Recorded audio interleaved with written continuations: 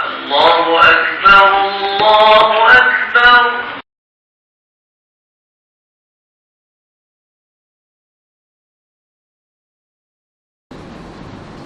الرحمن الرحيم. وصلى الله على سيدنا محمد وعلى آله وصحبه وسلم. إلى حضرة النبي المصطفى محمد رسول الله صلى الله عليه وسلم. مسلمين والمسلمات في بلادنا الفاتحة. بسم الله الرحمن الرحيم. الحمد لله رب العالمين. الرحمن الرحيم. إياك نعبد وإياك نستعين. صراط الذين أنعمت عليهم غير المغضوب عليهم ولا الضالين. السلام عليكم ورحمة الله تعالى وبركاته. أعوذ بالله من الشيطان الرجيم. بسم الله الرحمن الرحيم. الحمد لله نحمده ونستعينه ونستغفره ونؤمن به ونتوكل عليه ونعوذ بالله من شرور أنفسنا ومن سيئات أعمالنا. من يهده الله فلا مضل له ومن يضلل فلا هادي له. ونشهد أن لا إله إلا الله ونشهد أن محمدا عبده ورسوله. وقد قال الله تبارك وتعالى في آية كريمة من القرآن العظيم بعد أعوذ بالله من الشيطان الرجيم. بسم الله الرحمن الرحيم. والعصر إن الإنسان لفي خسر إلا الذين آمنوا وعملوا الصالحات وتواصوا بالحق وتواصوا بالصبر. وقال النبي صلى الله عليه وسلم في حديث الشريف: من كان آخر كلامه لا إله إلا الله دخل الجنة. وقال: الصلاة عماد الدين فمن أقامها فقد أقام الدين ومن تركها فقد هدم الدين.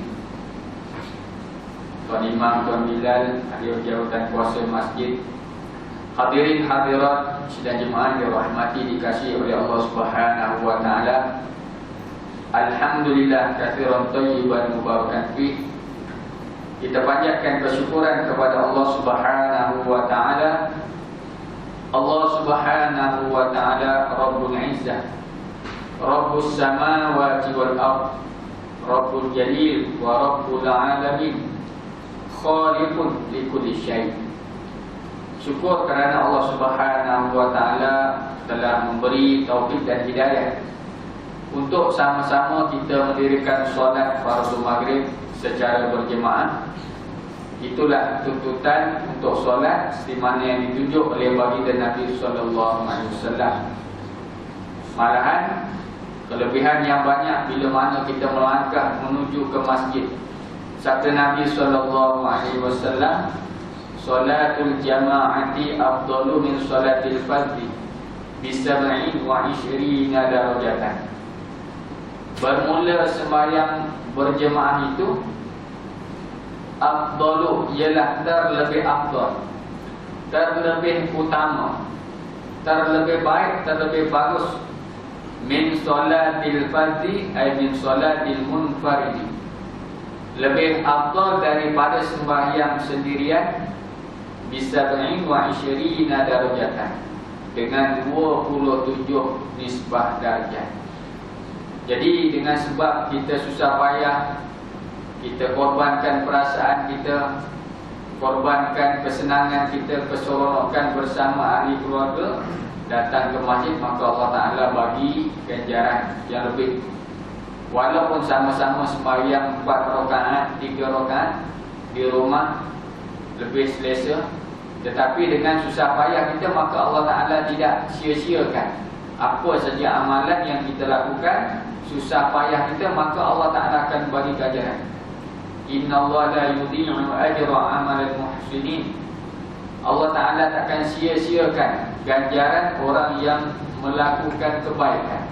Allah tak sia-siakan. Walaupun amal yang dilakukan itu hanyalah sedikit. Allahu Akbar. Jadi boleh kita melakukan ketaatan semata-mata dengan rahmat Allah Subhanahu wa taala, dengan kasihan berbelas daripada Allah. Jadi bukan dengan kekuatan kita, bukan dengan masa yang kita ada semata-mata, bukan dengan sebab kenderaan yang kita miliki, bukan dengan sebab kita dekat rumah, kita dekat dengan masjid, tetapi semata-mata dengan keizinan, dengan pilihan Allah Ta'ala. Berapa ramai lagi daripada saudara-saudara kita yang mempunyai kenderaan yang malah kenderaan lebih mewah, kenderaan lebih pantas daripada kita, tapi tak boleh datang masjid.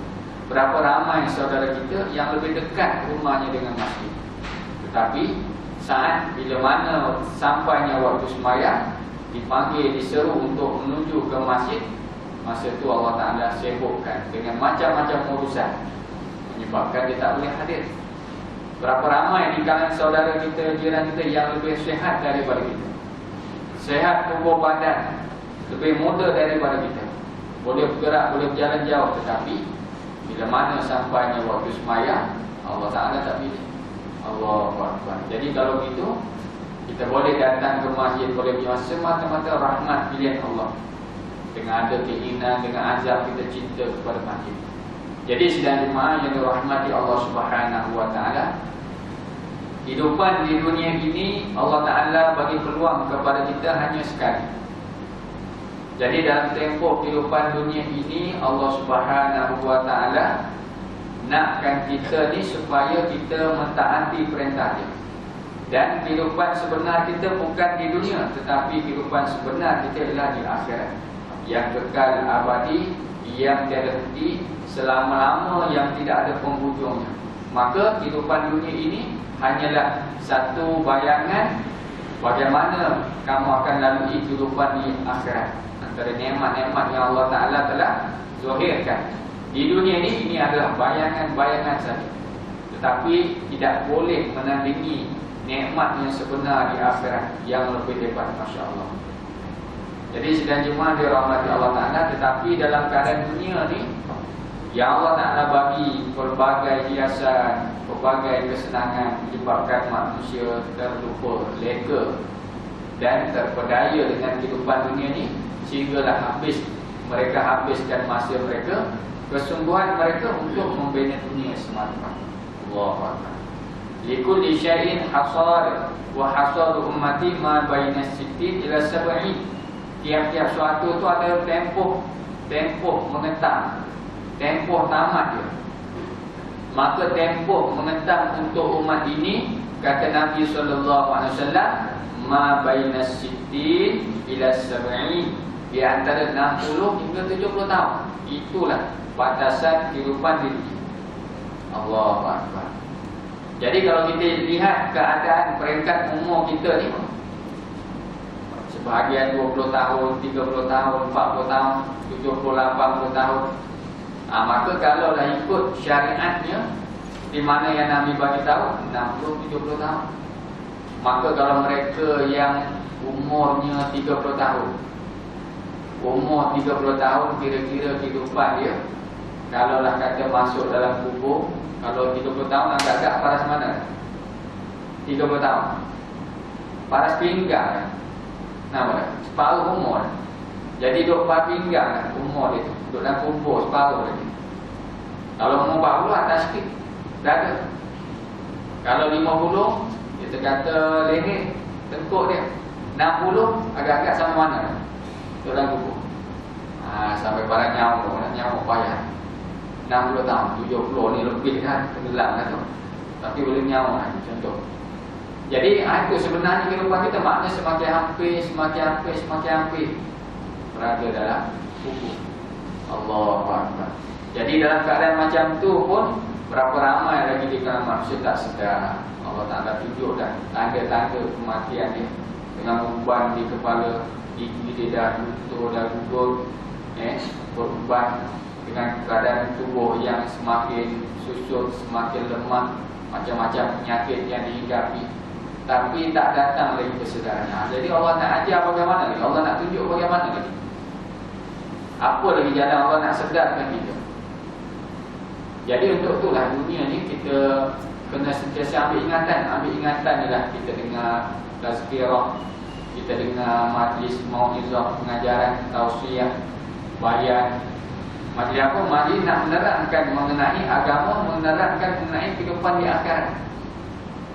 Pasal apa hati kita ni mudah terpesong, melencong, tersasar. Maka jalan nak tarik balik untuk kita menuju kepada kehidupan yang sebenar ialah ingatan-ingatan ini. Maka Nabi SAW sebagai mubasyiran wa nadhira wa da'iyan ila Allah wa sirajan munira, Nabi sebagai pemberi berita gembira dengan masuk syurga bagi orang yang beriman kepada Allah, dan Nabi sebagai pemberi berita ancaman kepada mereka yang ingkar perintah-perintah Allah dengan masuk dalam neraka Allah.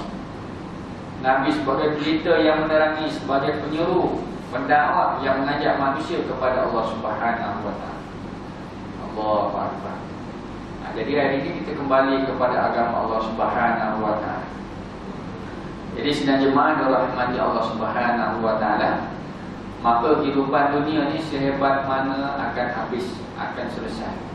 Itu maka ulama buat bandingan, kita kata umpamanya kalaulah bumi ni, dunia ni penuh dengan pasir-pasir, dunia ni penuh dengan pasir yang halus-halus.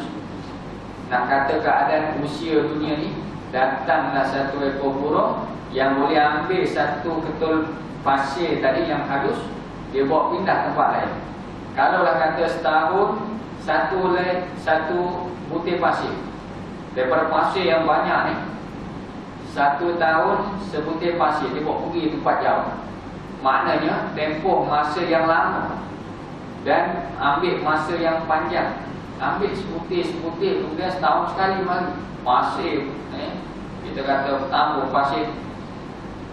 Tapi kita kena ingat, walaupun tempoh masa yang amat panjang, boleh jadi ribuan jutaan tahun sekalipun, satu masa akan habis, dunia akan habis. Maknanya dengan kerja usaha dia lama-lama akan habis. Itulah bandingan dunia. Orang dibanding akhirat kekal abadan abada wa darul dahri, kekal selamat. Allahu akbar. Jadi kalau begitu, kalau kita faham kehidupan akhirat lebih kekal, maka kehidupan dunia ni kita berpenat lelah, bersusah payah sedikit sebanyak untuk membina kehidupan yang akhirat. Maka amal yang kita buat di dunia ni sebenarnya kita sedang membina akhirat.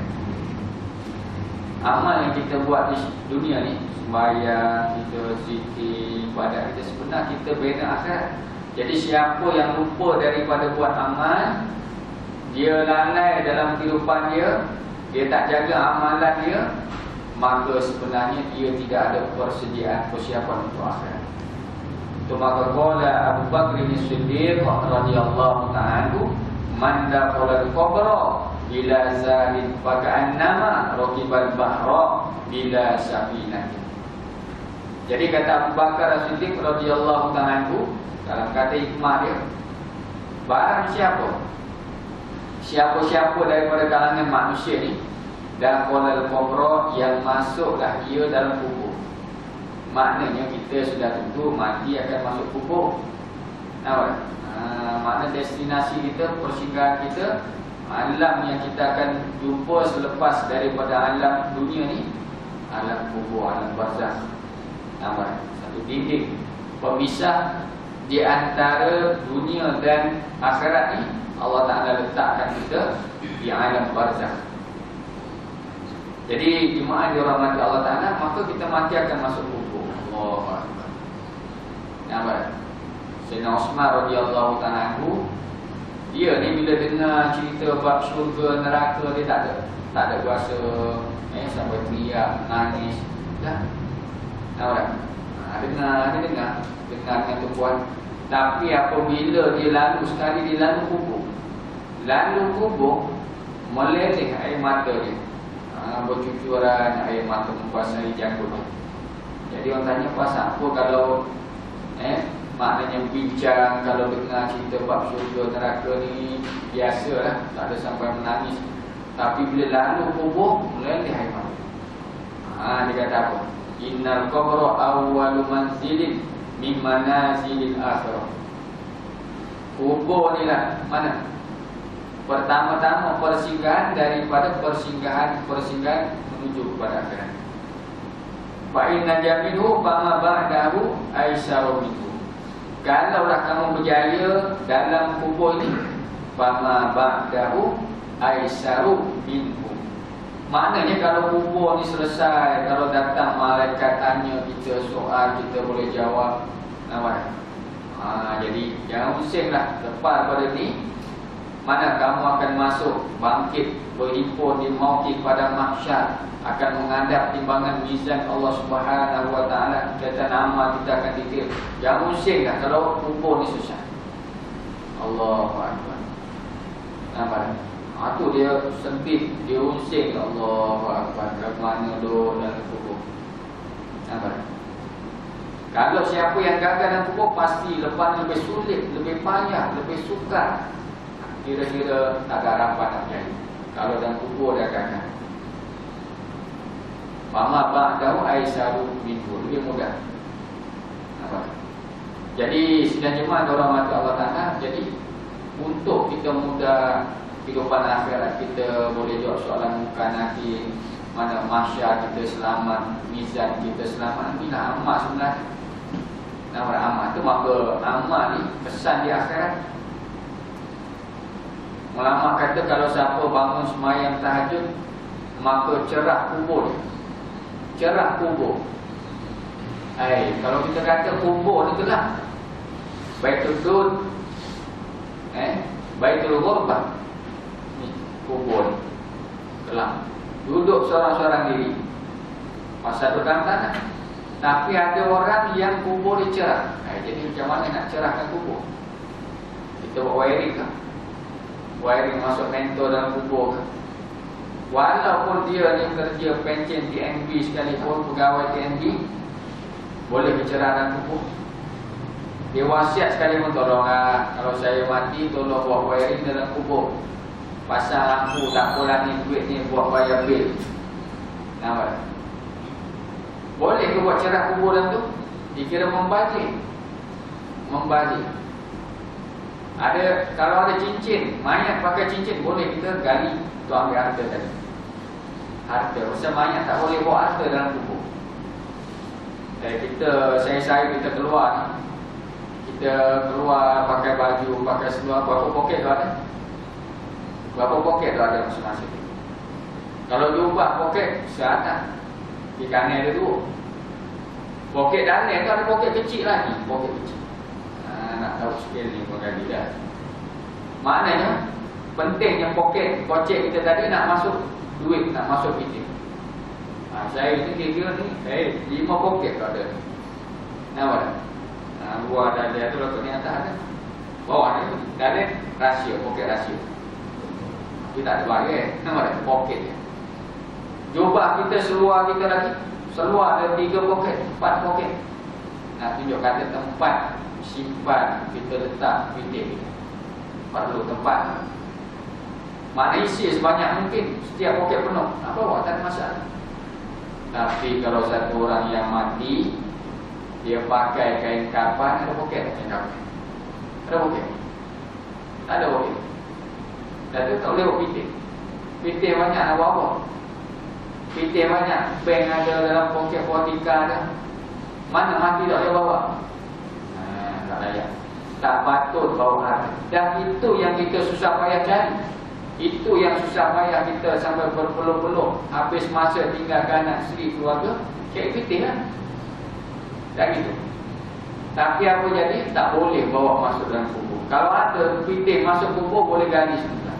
Pastinya pindik untuk orang hidup. Allah. Dan itu apa yang kita nak bawa ni?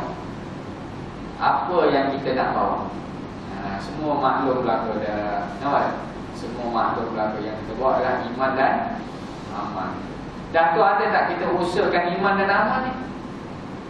Ada tak kita usahakan benda yang kita nak bawa dalam kubur? Kata ulama, perkara yang kita tak boleh nak tegak, tak boleh nak halang, apa dia? Ada 3-4 perkara yang kita tak boleh nak halang. Roh kamu. Bila mana malaikat maut mari turun nak cabut nyawa kita, roh kita, kita tak boleh nak halang sekali. Nak minta tanggung, tak jadi. Jadi mana tak boleh kita nak tegak, tak boleh kita nak halang. Mana roh kita bila malaikat nak cabut, tak boleh. Allahu Akbar. Kemudian apabila kita mati, harta kita akan diambil oleh anak isteri kita, oleh mereka yang makan pusaka kita. Boleh kita tegak ketika itu, boleh kita halang, tak boleh nak halang. Dah mati, tak boleh kata apa dah, engkau wasiat. Itu pun wasiatnya kalau lulus tak lebih 1/3, mana ada syarat pula wasiat.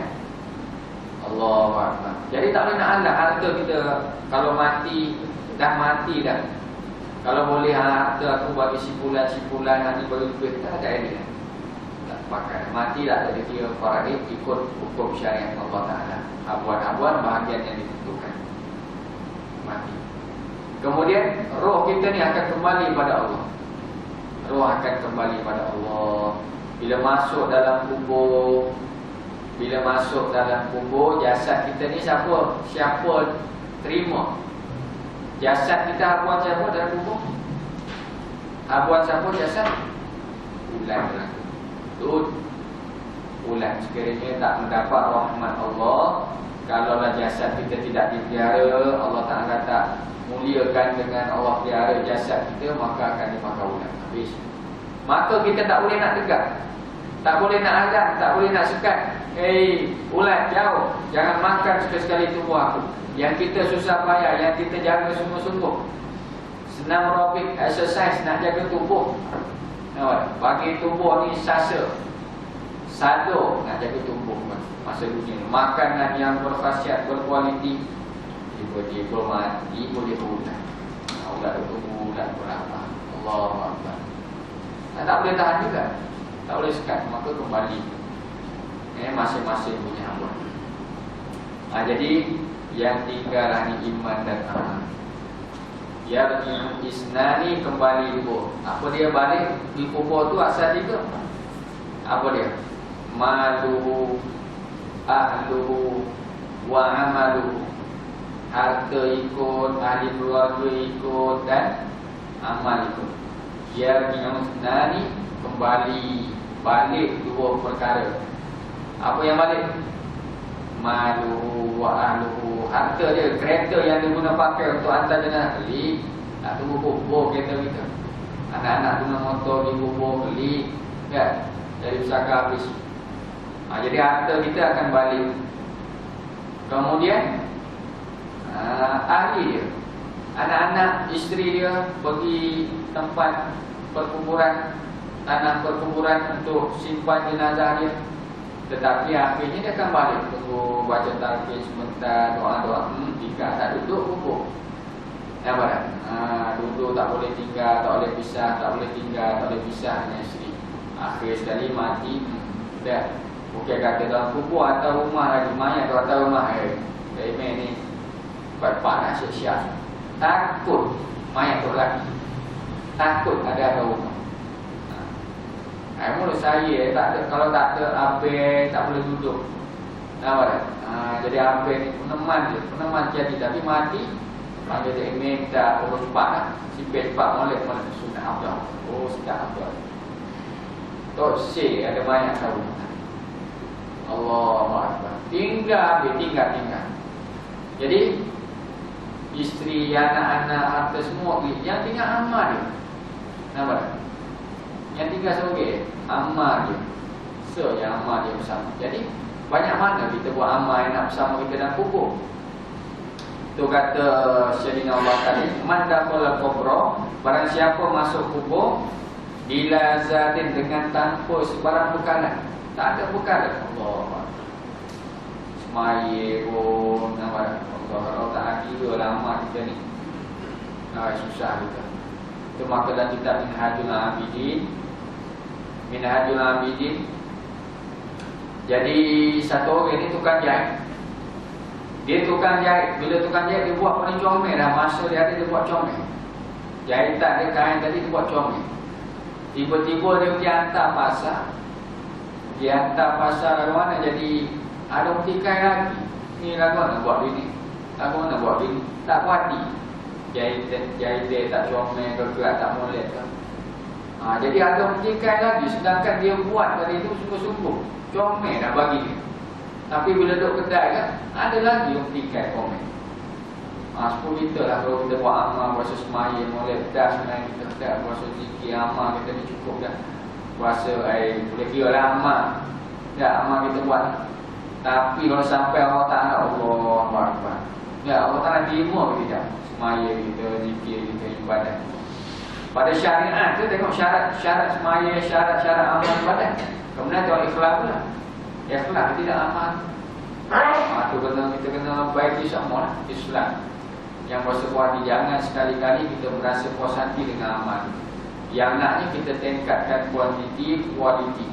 Yang kita buat ni molek dah, tapi kita kena rasa ada kekurangan dan kita ke arah kesempurnaan. Baik, kalau kita rasa puas hati, dia jadi takabur.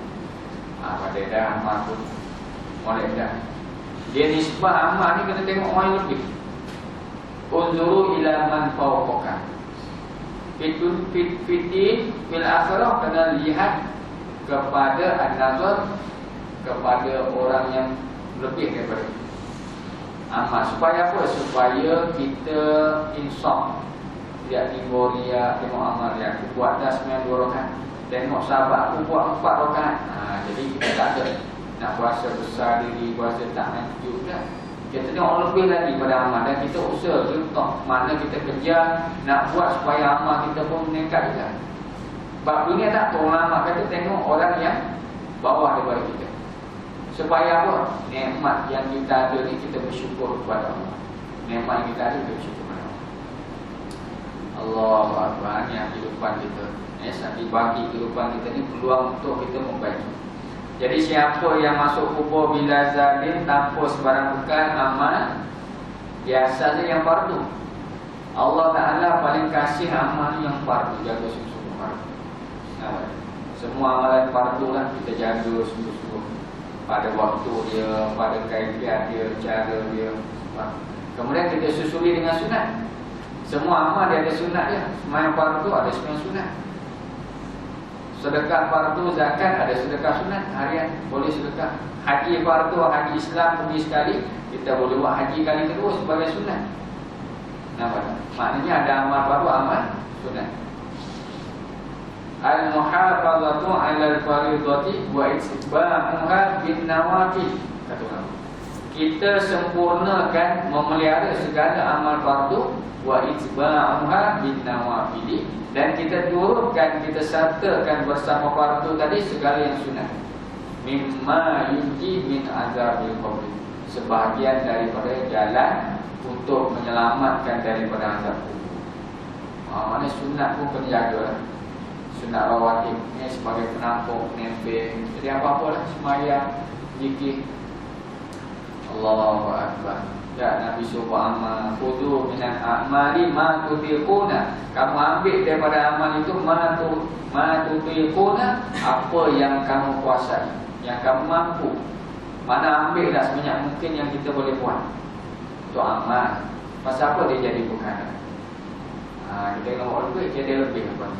Kalau kita naik kenderaan awam, naik bas, naik kereta dalam satu safar yang panjang, maka sudah tentu kita perlukan bekalan yang mencukupi. Ya, contoh kita ada kereta, kita nak bermusafir, safar kita menuju ke Kuala Lumpur. Jadi kita boleh planning lah. Daripada Kota Baru kita nak pergi Kuala Lumpur. Kenderaan mesti kenderaan yang sesuai. Nampak? Naik kereta yang sesuai. Mana kereta yang baik, kondisi dia baik, boleh jalan jauh, ada airconnya, tayar pun cukup angin, kemudian tayar pun bunga monet. Ini bawa kereta, Allah Akbar. Kereta keluar masuk workshop, tak cukup simpan. Metal pun tak hidup. Metal tak hidup. Lampu tak jadi, berani tak bawa. Lampu tak jadi, signal tak jadi, berani bawa Kuala Lumpur. Kalau bawa tu kereta molek sampai Kuala Lumpur kan, habis nyawa, gemuk, melanggar. Orang langgar pakai gempuh ikut dia. Pasal apa signal tak ada warning. Masukkan ikut dia. Pasal apa tak ikut sifat. Jadi kalau begitu kenderaan yang betul. Kemudian modal duit minyak. Sekali isi mau 70 ya dah. Kereta biasa 70 ya setempat. Maknanya sekali isi sampai Wonpo. Dia balik kali 2. Jadi modal untuk minyak. Dia makin minum. Kita berapa sore kita makan berapa nasi sebungkus dalam perjalanan. Ini bawa anak isteri. Jadi lebih lagi.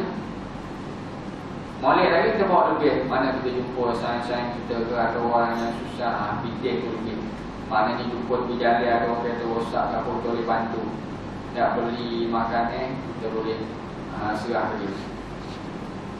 Nampak? Ada kita dengar saudara kita, dia memandu lori. Jadi bila bawa lori sama-sama atas jalan ni, jadi adalah kenderaan yang rosak, punah di jalan. Jadi dia pun tak berani nak berhenti. Itu kebiasaan kita lah, tak berani berhenti. Takut dia tipu kita. Tipu bila kita turun ke, habis dia rompak kita, sama kita. Jadi nampak ada lori rosak, buka bonet, chair tu rosak, tambah ada anak kecil kecil gitu. Tapi kita nak berhenti, tak nak tolong je, kita bukan pomen. Nampak? Jadi kita straight tinggal. Jalan lepas pergi singgah kedai makan. Untuk beli nasi bungkus nampak dah tadi 3 orang. Dan kereta tu ada 3 orang. Beli nasi bungkus, betulnya situ pun ada saudara kita yang berhenti di restoran tadi. Kita pun beli, kirim ke dia. Nampak nak tolong, bagi jalan nak tolong. Tuan mengada mana sana? Sekarang boleh. Depan nanti tuan akan jumpa ada kereta yang kerosakan. Kereta rosak jalan, kerana jalan. Jadi minta tolonglah, saya nak beli nasi bungkus ni lebih. Tuan nanti perjalanan tolong singgah bagi nasi bungkus. Allah, dia tak tahu pasal dia tak sampai lagi. Tuan bagi kita lebih ni nak tolong bila masa saja. Tu niat nak menolong tu jalan. Kita kata lepas dah. Kita terlepas dah daripada musibah dia tadi. Saudara kita yang kereta rosak, tapi peluang nak sedekah, nak bantu ada lagi. Kita depan jumpa kedai, beli kirim tu. Okeylah. Ni saudara kita riwayat itulah. Mana syekh mandu dulu yang tu sifat dia nak terima, boleh buat itu. Allah. Jadi nak tunjuk kata dalam perjalanan kita, moleknya apa kita bawa belanja yang lebih. Kita perlu RM100 umpamanya, tapi kita bawa RM200.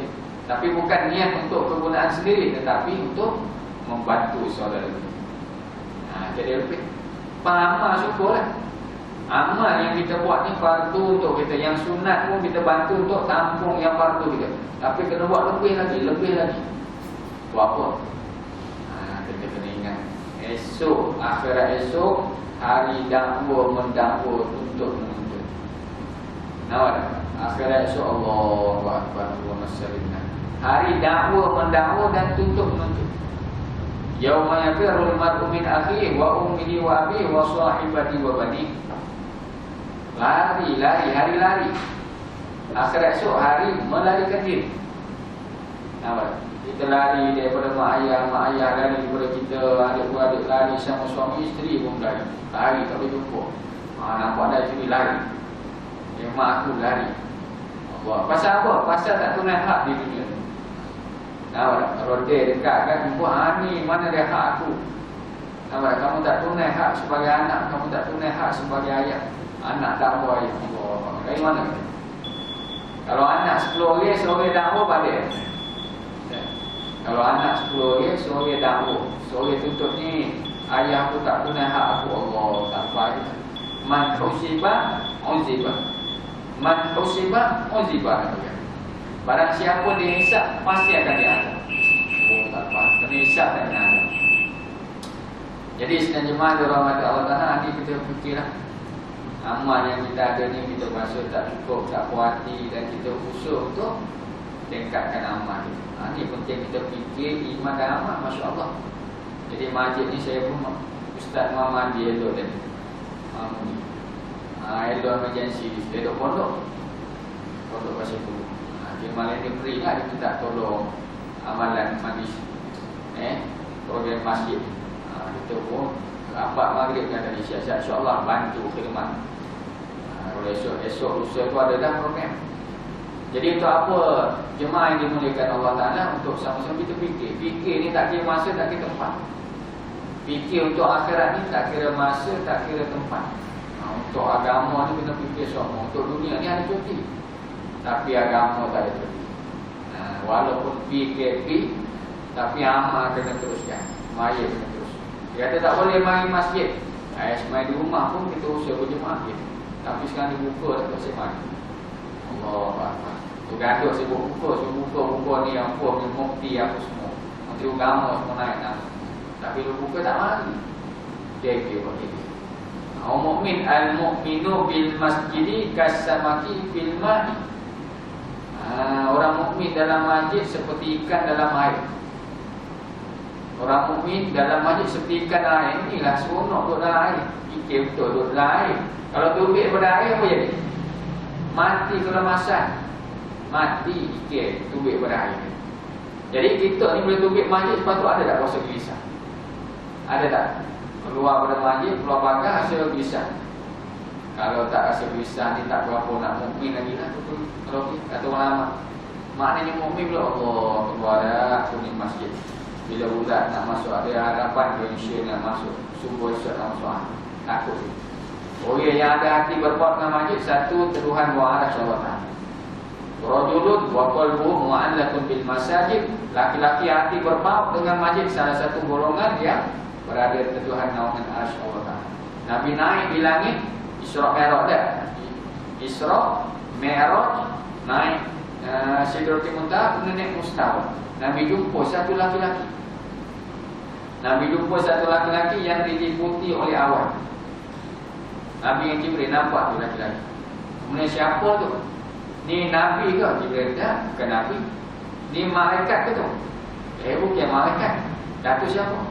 Ada rajulun. Ini laki-laki ni kana fid dunya lisanuhu radbun min zikrillah. Laki-laki ni tahu ya, Allah Ta'ala tunjuk laki-laki kat tu mustawa. Laki-laki ni lidah dia sentiasa berzikir dengan Allah.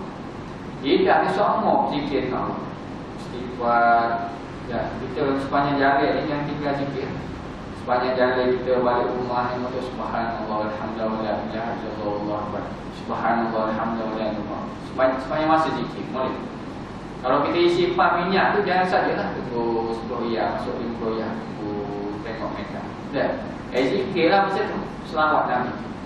Allahumma shalli ala sayyidina Muhammad, Allahumma shalli ala sayyidina Muhammad, Allahumma shalli ala. Berapa banyak boleh. Boleh tiap-tiap hari isi minyak petropak.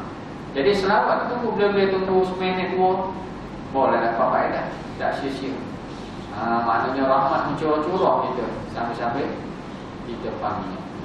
InsyaAllah ada. Jadi pasal laki-laki tu Nabi jumpa sampai ke langit tu, dia buat zikir. Wa qalbuhu mu'allaqun bil masajid, hati dia berpaut dengan masjid, kemudian dia tak cela ibu bapa dia. 3 perangai dia. Jumpa di langit, akhlak tu sampai jumpa di langit ni. Tu rajul dikata Jibril. Maknanya hati seronok untuk masjid. Mukmin, al-mukmin bil masjid kasamaki fil ma, seperti ikan dalam air. Tetapi wal munafiqu fil masjid kathairi fil qafasi. Orang munafik duduk dalam masjid seumpama burung dalam sangkar bose. Mana pun boleh tu. Nawar, aduk sebentar duit tu. Munafik mukmin ni kena rasa seronok, amal kita pun seronok sudah kafir molek. Niat iktikaf urus ni di depan. Jadi jemaah yang dirahmati Allah Ta'ala, insya-Allah Ta'ala mudah-mudahan dan satu bagi kehidupan kita ni Allah Ta'ala pimpin kita dengan kita mendengar tazkirah, dengan pengajaran, dengan bayan semua. Nak betul-betul biar kita melancong sekali melancong terpesong. Jadi ada jalan untuk kita betul sehinggalah menuju kepada Allah, menuju rahmat Allah, Allah hadiahkan syurga dia. Ya ayatuhan nafsul mutmainnah irji'i ila rabbiki radiyatan mardiyah wa dukhuli fi ibadi wa dukhuli jannati. Bila Allah iktiraf sebagai hamba, baru Allah bagi syurga. Jadi hamba Allah, bukan hamba dunia. Bukan ampun nafsu. Allahumma shalli wa sallim wa barik. InsyaAllah mudah-mudahan Allah Ta'ala beri taufik hidayah apa yang saya sampaikan dapat saya sendiri amalkan dan sama-sama kita ingat-ingati sampai-sampai kepada saudara kita. Maaf sekiranya ada kesilapan, kekasaran bahasa, kesempatan insyaAllah ada rezeki akan jumpa pada masa akan datang. Wallahu ta'ala alam, asyhadu an la ilaha illallah wa asyhadu anna Muhammadar Rasulullah sallallahu alaihi wasallam. Bismillahirrahmanirrahim. Alhamdulillah rabbil alamin wassalatu wassalamu ala asyrofil anbiya'i wal mursalin wa ala alihi washabbihi ajmain. Allahumma faqihna fid din wa anta rabbana atina fid dunya hasanah wa fil akhirati hasanah wa qina adzabannar. Sallallahu alaihi wasallam Muhammad wa ala alihi wasallam. Walhamdulillah rabbil alamin. Assalamualaikum warahmatullahi taala wabarakatuh.